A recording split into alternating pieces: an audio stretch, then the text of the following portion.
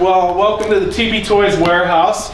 I'm Brett Yost. I'm with the Southeast Idaho Paranormal Organization. I've had the good fortune of being with this little group since the beginning when my cousins John and Scott created it. And it's been a great ride, and this actually is one of the first buildings that we have investigated where we've had some interesting experiences. And this is the building that helped us to decide that the history just coordinates with the stories about this building, things that we've come across. This building was built in 1916. It was originally a dry goods store. It was right across from the railroad yard over here, so people coming off the trains, coming into Pocatello, could stop here and get stuff. Over time, about 1918, it was, pardon me, it was sold as a dairy. And it became a dairy for creamery, dairy/creamery. And it was that up until 1982 when Theron Pollard purchased this building and it became Teepee Toys, the first Teepee Toys location here in Pocatello. And downstairs is where the store was at. The Pocatello veterans might remember it being here. 1990, he moved the store over to the Westwood Mall next to Westwood Discount. And this was just used as initial storage for those both stores. And since the Pollards have had it over 30 years, they've had some interesting experiences. We happened to meet one of the family members at one meeting, and they said, "You guys have got to come check out our building." So we had the great fortune of being here and investigating it. We loved it so much we came here a year ago and we did a live broadcast with Channel 3, Channel 8, and it's just been wonderful. I'm going to go ahead and start a little video for you, and then I'm going to talk about some of these experiences that are in this video. All right, my name is Dallas Strang, and I've basically been coming to this warehouse ever since I was a little kid. My brother built a studio that we practice a lot of music in, so I would come here by myself to practice music, and a lot of times it would sound like to me that somebody was up here walking around or somebody was up here talking, so I would come up here to check things out and I wouldn't see anybody, and it'd freak me out, so I'd call up a buddy and we'd search the entire place, because we have had people break in, show up, and open the room and get things going. Right. And I'd start flipping on lights and I'd hear to me it sounded like somebody was up here walking around talking to somebody else. Mm-hmm. And it freaked me out because I'd come up here and I wouldn't find anybody, and then my brother would show up and I'd talk to him about it. And then another time I was standing down by our elevator and it looked like I could see a silhouette of somebody standing there, but it wasn't a full shadow, it was just like a silhouette of somebody's shape. And I came up here and I obviously couldn't find anything. And there's a lot of noises and crazy things that go on in this place. I pretty much just learned to kind of tune it out, or just let it be the haunted, creepy warehouse. So later, the next day, I began to review the audio and video evidence. We didn't catch much on video. We didn't catch much on audio. But we did catch what is now come to be known as "I like you and I'm feeling lovey too."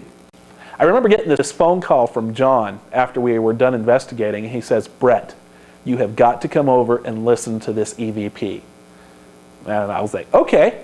So I dashed over to John's house and he put this EVP on. Another investigator at the time, he had a camera with audio going, and right around the other side of that particular shelf there was a DVR camera with audio set up as well. And interestingly enough, my recorder is the only thing that picked up this particular EVP. So as I listened to this EVP and I hear this woman speaking to me saying, "I like you and I'm feeling lovey too," I was first genuinely creeped out. I was like, what the heck is this about? And then as we kept listening to it and breaking it down, it was clear to us that it was a female voice, and she had a slight British European accent saying this to me. And that would make sense since she used the term lovey, and that is a British term of endearment.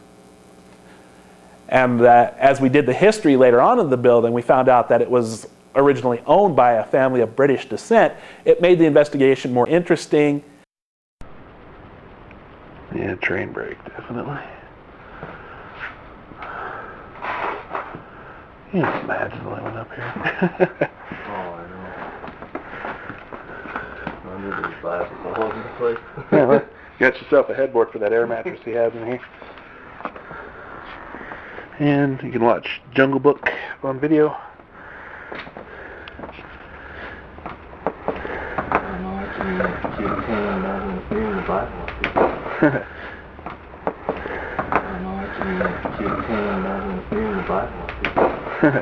The night of the investigation, I had an interesting personal experience. When we got here to the building, it was about 10:15 at night. And when we walked into the building, the first thing that we noticed is that one of the lights in the back of the building had been turned on. Now, I had not been on the initial walkthrough, but I'd been told by Scott and the others that the lights had all been shut off when they had left the building from the initial walkthrough early in the evening. As we all kind of walked in, then we all said, okay, well, this is what we're going to set up, and everybody turned and went this way. They headed out to get more equipment. As I was standing right here, I distinctly saw a head and shoulders come around the corner in the back of the room where the light was on. Standing down by our elevator, and it looked like I could see a silhouette of somebody standing there, but it wasn't a full shadow. It was just like a silhouette of somebody's shape. And I came up here and I obviously couldn't find anything. Now, I didn't see features. I didn't see if it was a man or a woman. I just saw very quickly a dark head and shoulders come around the corner like this and take a peek at us and then pull back very quickly. All right, let's check in with Brittany Borgie again, live at Teepee Toys Warehouse in Pocatello, participating bravely in a ghost hunt. Anything yet, Brittany? A lot just actually happened. Lisa or Allison, do you guys want to come up and tell us what just happened? So we've been asking questions and getting some responses on our K2 meter. It kind of lights up when there's an electrical field. It's kind of a cool thing, right? This that I have in my hand, we're actually recording as we're speaking, and then we actually take it back and analyze it later and to listen for any answers to questions or things like that that might appear later on. Did you think that you heard the same woman that you had heard from a previous time? It's hard to say, kind of, these buildings make lots of different noises, obviously. What is that? Yeah, what's going on? I've never heard that in my whole life. That's never been on. Get some hits. That has never been on. Oh, the Ever. K2 meter is going up. Holy cow. Are you rattling this vent? You want us to leave? It's Brittany Borgie out to hunt for what lies beyond the grave and occasionally may come back. Brittany, live at Teepee Toys Warehouse in Pocatello. What do you think, Brittany? You've been there an hour. Is the place really haunted? Well, we've been tracking ghosts for about an hour now, Carol, and honestly, I feel like it's a little weird. It's definitely weird. I mean, I keep seeing something out of the corner of my eye, like a orb light thing. It's not actually there. I keep seeing it. I mean, we've heard moaning in pipes. We've got these K2 meters that the paranormal organization uses going off like crazy. Well, I mean, you can hear behind me that this pipe is rattling, and we can see that the meters and everything are going off like crazy. This pipe has been rattling all night. I mean, we've heard moaning sounds through it, and apparently the owners of the building say this doesn't really happen. I mean, this pipe isn't like exposed to the outside air, and you can hear it just stopped. So Dallas String, he's a member of the family that owns the building. Dallas, have you ever heard this before? Anytime you've been in the building? I've had a lot of crazy things happen down here when I've been down here by myself, but I've never had this pipe go all crazy like this before and make this noise and just stop. And these guys got their recording equipment. They're definitely picking up stuff from it. So I don't know really what I could tell you about a haunted pipe. And Dallas, you tried to climb up out on the roof too, right? Out through the hatch? What happened? I was thinking I would just open the hatch and climb up on the roof, but for some reason I couldn't even get it to open up. Like, I took off the lock and I pushed so hard on that and it just wouldn't open. So I don't know. The last time I opened it and got up on the roof to check stuff out, it was pretty easy to open it. So I'm not really sure. So the people with the paranormal organization think like maybe we're getting locked in here. Allison, what do you think? You never know what might happen. So we might be getting locked into the Teepee Toys warehouse right now. We're going to keep an eye on this rattling pipe and see what else we can find out, and if anything happens, if we can record anything from it. So, Jay. Up. Yeah, the scariest thing of the night definitely just happened. I jumped and definitely grabbed on to Brett, who's over here. But Scott, tell us what you saw. I just saw a shadow. I mean, we were looking through this entrance, and the shadow flickered. The adrenaline started pumping. Brett saw it also. Definitely got the heart racing, though. Yeah, we unlocked the door to this sort of like secret hidden room back here. I pulled a door jamb off, and we kind of came back here, and Scott, I mean, it seemed like it just darted right through the room. Exactly. That's the best description. It was fast, but it was unmistakable. It wasn't one of us. Shadow. Yeah. And possibly that same shadow man that you saw here before. Did you get that same kind of feeling? Yeah, absolutely. And we're seeing it right now. It's coming back. It's here. It's here with us right now. Oh, yeah. Right there, whatever it was. It's here. Are you back? Dallas is moving shit. So we've definitely got something going on here. I mean, I could feel it. Just a really, really weird feeling. So I think this ghost hunt has been a success. So Carol, back to you.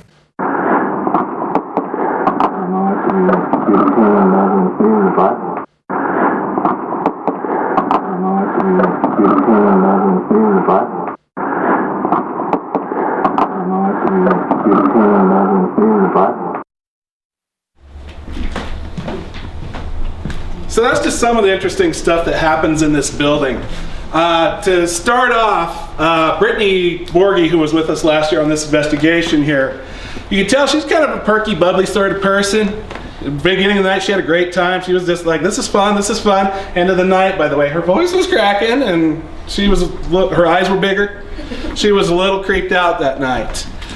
First and foremost, I want to get to the infamous pipe that's in this video. This is the pipe right here. Sometimes it cooperates, sometimes it doesn't. As you can tell, it's been windy outside. Nothing's making this thing go off. The Pollards have owned this building for 30 years, and only last year it was the first time they've ever heard anything happen there. This pipe goes up to the ceiling. It doesn't have any sort of spinning aerator, whatever that's called, on top. It just goes right to the roof, and that's it. It's insulated. It has insulation. You'll see downstairs if you look up into it. Insulation stuffed into it. Whatever the sound was, anytime we held our K2 meter up to it, the K2 meter would light up. It was creating some sort of field for us. And it occasionally it'll just go off on command. Does it want to go off on command? Not right now. So that's just one. Secondly, the EVP that you heard in there of I like you, I'm feeling lovey too. EVP, as John touched about a little bit in his presentation, it's a voice that we pick up on our digital recorders. We don't hear it at the time that we're standing there, but when we go back and listen to our recorders, what we've recorded, there's these mystery voices. Usually we're asking questions to try and get a response. The video there, I'm just walking around with another investigator in here just admiring what were on the shelves. This room was just stacked full of shelves with, you name it, it was here. And someone just speaking into my digital recorder that said, I like you, I'm feeling lovey too. This is some examples of what we use for digital recorders. These are pretty high-end pieces of technology that we use. These record 360 degrees around us when we're conducting EVP sessions. This particular EVP in the video, though, we're just using a standard digital recorder that you can buy at Walmart for $30, $40. I was right in this area with Ryan when that EVP picked up and said, I like you and I'm feeling lovey too. This was one of my first investigations with the group, so I thought it was pretty cool that one, here's my first piece of evidence that I've got. And secondly, I'd like to think that I found my soulmate. There it goes. Okay, thank you. Okay. Now, telling this story about the EVP and that their belief that it's a woman up here. This building was owned by a British family, as I said in the video. And then hearing that EVP was like, wow, okay, cool. This is It correlated, and that kind of was really what fired us up to start looking at history of these buildings. Secondly, another piece of evidence that we encountered wasn't us so much as it was a tour group that we had here when we first started doing these tours. Pardon me, I'm going to come through here.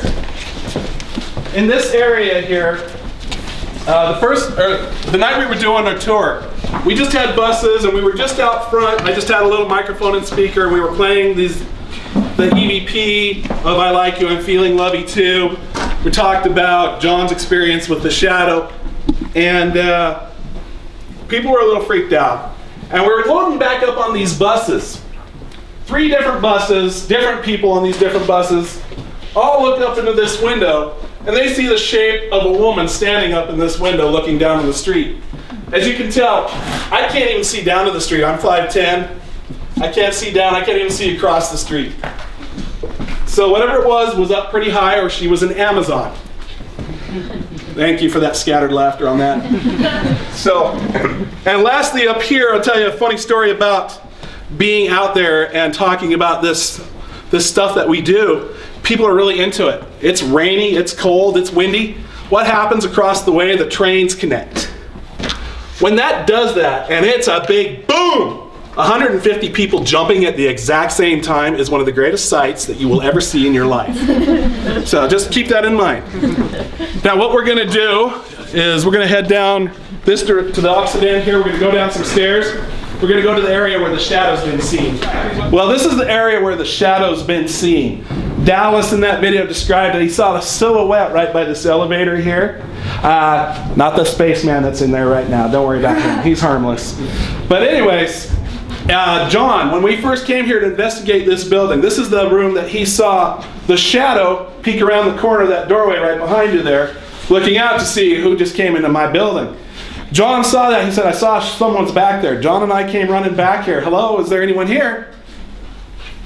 It was nothing. There was no one here. Now we're going to fast forward a couple years to that investigation we did here with Channel 3/Channel 8. The room behind me here, Brittany described it as a secret hidden room. It's actually just a loading dock behind here. It's barred off. But there's a room right behind me, behind these panels, a little small room that they just have boxes and boards stored in. This is the area where we saw the shadow. When Scott had first seen the shadow, it was initially in this room, and we all charged in there right after him. And the shadow jumped across the room and went to the other side of this loading bay. We chased it across the loading bay. It jumped right back into the room. And like I said, there's boxes, there's boards there. You can't move around in there without knocking, kicking stuff, making it move. This thing was as stealthy as could be, and it was about waist high. We don't know what it is. We still don't have any sort of real clear description of what it is, or if it's even coinciding with the woman that's upstairs. I don't know. But this is a great building. This is my personal favorite because I've had most of my experiences as a paranormal investigator here. So anyways, we're going to just shoot you out back out the door here to go around the corner, and appreciate you guys stopping by.